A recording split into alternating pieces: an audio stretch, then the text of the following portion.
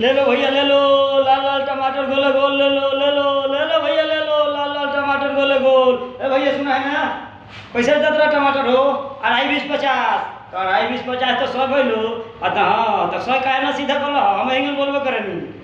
अरे ले लो टमाटर लाल लाल गोले गोल, अरे ले लो टमाटर लाल लाल गोले गोल, तनी टोई के देखो रानी तहर मनवा जाई डोल, तनी टोई के देखो रानी तहर मनवा जाई डोल।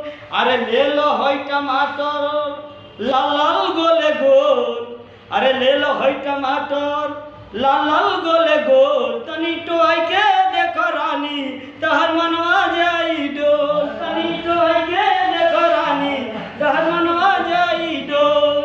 अरे ले लो होई